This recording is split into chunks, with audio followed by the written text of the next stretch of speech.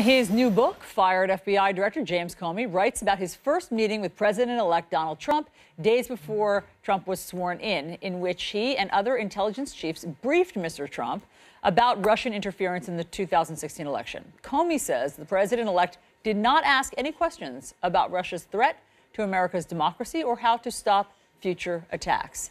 Our next guest was present for part of that meeting. Former Director of National Intelligence and CNN National Security Analyst James Clapper. Director Clapper, great to have you here this morning. It will be very interesting to bounce off James Comey's impressions that he shares in the book with yours, since you were there for part of these things.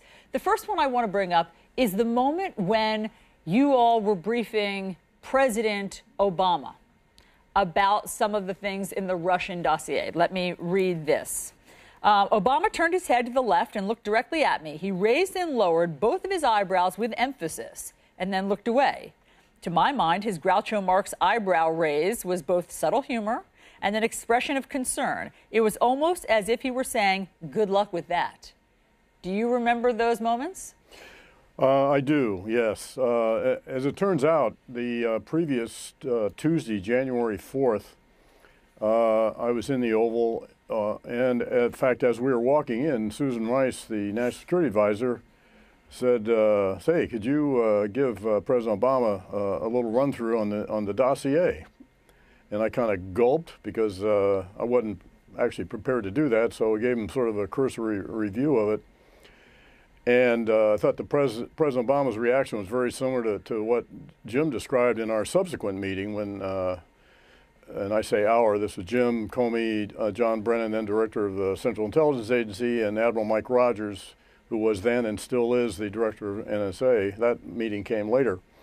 In my meeting, the president didn't say anything. He just kind of rolled his eyes. And I think, you know, body language, facial expressions conveyed volumes. And that, so his reaction to my brief preliminary you know, coming attractions was very consistent with what Jim described in our subsequent meeting. Director Clapper, there's so much in this book. I mean, it's such a commentary on President Trump. It's a commentary on how James Comey thinks President Trump feels about the justice system. And there's all sorts of what some might call some petty details in here. There's some settling of scores. What do you think about James Comey having written this book? Well, I think it, above all, is a truthful portrayal of how, you know, Jim's observations, his feelings, and what occurred. You know, people can take issue with decisions that Jim made and things he did, but in my view, knowing Jim as I do, I think whatever he did it for what he felt were the best reasons and were in the best interest of the country.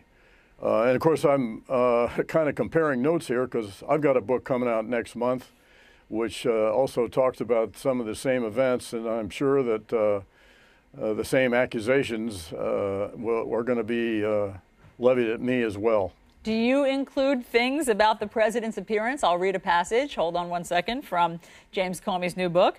His face appeared slightly orange with bright white half moons under his eyes, where I assumed he placed small tanning goggles, and impressively coiffed, bright blonde hair, which upon close inspection looked to be all his. Do you have details like that in your book? No, I don't, Allison. Maybe I should have. I don't know. But no, I don't get that specific, although I don't disagree with any of the description, but I didn't include that kind of I mean, detail. The point is, the reason I ask is because James Comey was always depicted as this career prosecutor, serious man, straight shooter, and so is this the James Comey that you know, to include some of the more salacious details in this book? Well, Jim didn't generate the salacious details, and so he chose to include, you know, some pretty specific graphic details about his impressions of President Trump. Well, that's the nature of those kind of books. So I don't fault him for it. I just, in my case, chose not to include details like that. When is the last time that you spoke to James Comey, and what did he tell you about the coming onslaught connected to the book? Well, we didn't. When last we were in contact was informal dinner that John Brennan and his wife and the Comeys and my wife and me had. We refer to it as the reunion of the Nazis, I guess. Why is that?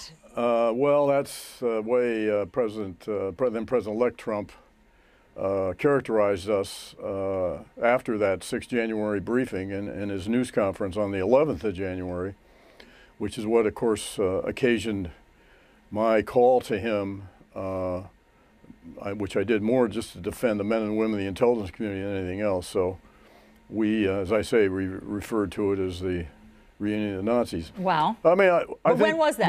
When we, did you all have this informal dinner? Oh, this is about 3 or 4 weeks ago, and I think we clearly, and certainly Jim understood that there was going to be a firestorm in terms of reacting to the book. Of course, we're all having a discussion about the book, and at least for my part, I haven't read it. All I'm aware of is excerpts that have been reported in the media, but we knew there'd be high interest in it, and you know, this is a period of great controversy, very politically charged, and however you describe it is going to evoke controversy. And I expect there'll be criticisms of what I said too when my book comes out next month. Well, why don't you give us a preview? How are you going to trump this one, so to speak? What are some juicy tidbits in your book? Well, mine is a longer time span. It goes back over my 50 years in intelligence.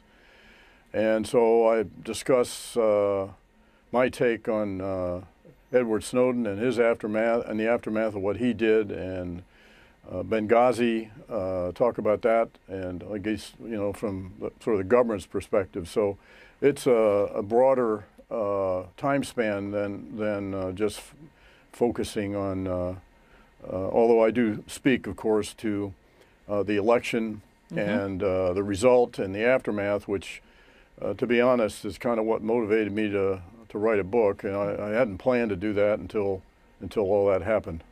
Well, that sounds like it will be fascinating. Obviously, we will have you back on to help dissect your book when it comes out. Director Thank you. Clapper, thanks so much for talking to us. Thanks, Al.